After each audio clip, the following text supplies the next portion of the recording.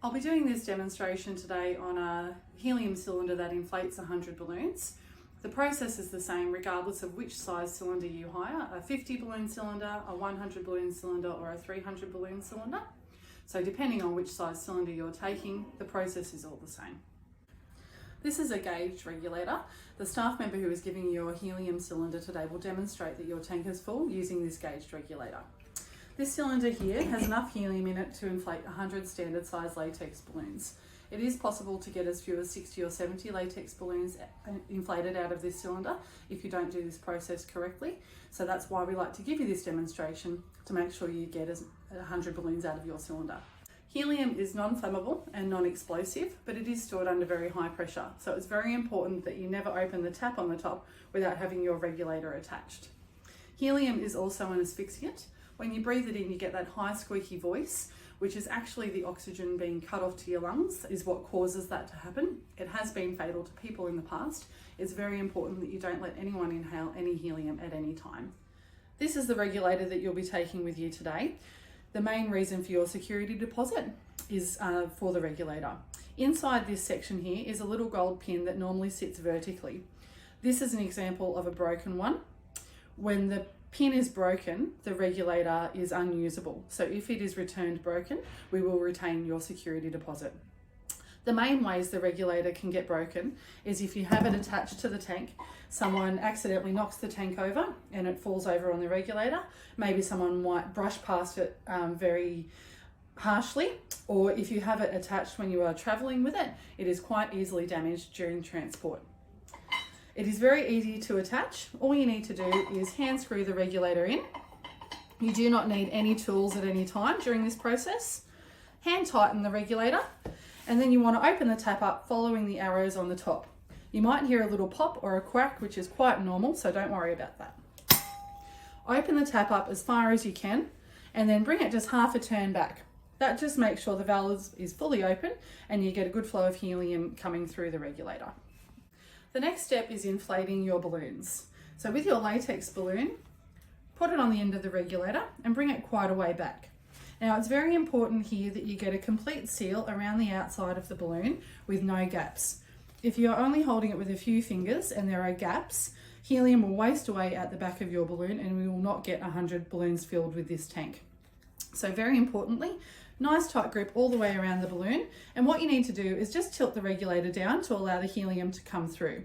The harder you press, the faster it comes out. So start off slowly just to get a good feel of how it goes. You want to inflate your balloon to about this size. It is a nice upside down egg shape with no long neck forming down the bottom. If you overinflate your balloon, you will start seeing a long neck forming down the bottom. That means that you are, number one, using too much helium per balloon. You will not get 100 balloons inflated out of this tank. Also, overinflated balloons do not last as long as the pores are overstretched and they will actually come down more quickly, and also they are more likely to pop. So a nice upside down egg shape is exactly what you're after. If your balloons are smaller and round, it is likely that they will come down soon as well because they do not have enough helium in them to keep them afloat. Now what you'll need to do is tie off your balloon. If you are just tying them, pinch the neck of the balloon in your fingers and tie a knot with your balloon, knot your ribbon on, and then release the balloon to the ceiling. If you are using clips, what you need to do is twist the neck of the balloon, so get a nice long twist on the bottom, just like this. Get your clip with your ribbon attached. You need to pass the neck of the balloon through the clip 3 times. So clip over for 1, around for 2, and then back under again for 3. If you do not twist the neck of the balloon, the helium does not get sealed inside. And if you do not pass the tail through the clip 3 times, it will not anchor it and it will untwist and come undone. Now I'm going to show you how to inflate a foil balloon. All foil balloons have a valve and a tab, normally near the bottom of the balloon. What you need to do is find the little circular cutaway area on the bottom of the tab, place your regulator just underneath that, and again it's really important to get a nice tight seal around the outside of the balloon. Tilt your regulator down to inflate.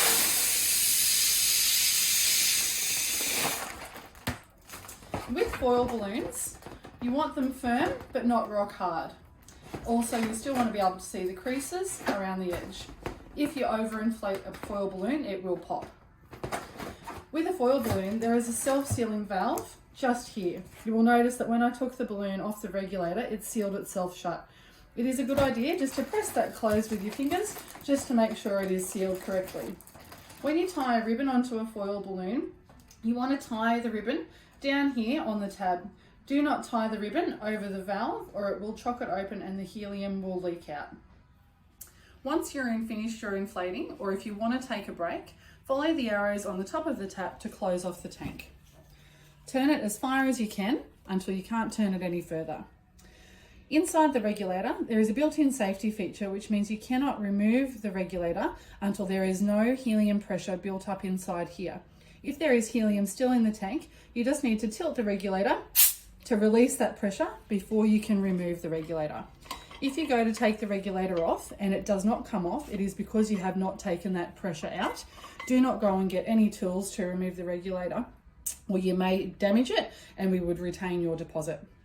The staff member who is giving you your helium cylinder today is going to check that your regulator fits your tank specifically, and then they will wrap it up in bubble wrap for transport. Once helium balloons, latex balloons, are inflated, they look their best for about 8 to 10 hours. So if your party is starting at about 6 o'clock at night, I would not inflate them before about 2 or 3 o'clock in the afternoon, just to make sure your balloons are looking the best when the function starts. To inflate 100 standard size latex balloons, it might take you around about an hour and a half. So just factor that into your timing for the day. Foil balloons look their best for 2 to 3 days and come down over weeks. So if you would like to, you could certainly inflate them the day before your event. Obviously that means then that if you're using balloons in the morning, sort of first thing in the morning, you cannot inflate them the night before, as they will come down overnight. A few things to remember with your helium inflating. You want to inflate your balloons at the venue and under a low ceiling. Once you let them go, they don't come back, so make sure you keep them contained. Temperature is really important when you're talking about helium balloons. If helium gets hot, it expands and your balloons can pop.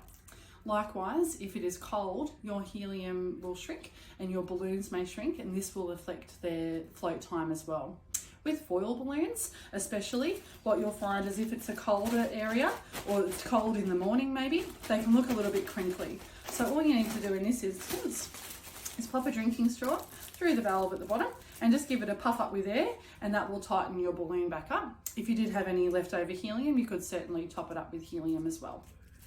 When transporting your cylinder, it's okay to stand it up or lie it down. You just don't want it rolling around. If this tap gets knocked and comes undone, you're going to lose your helium. So place it in the car somewhere where it just can't move around.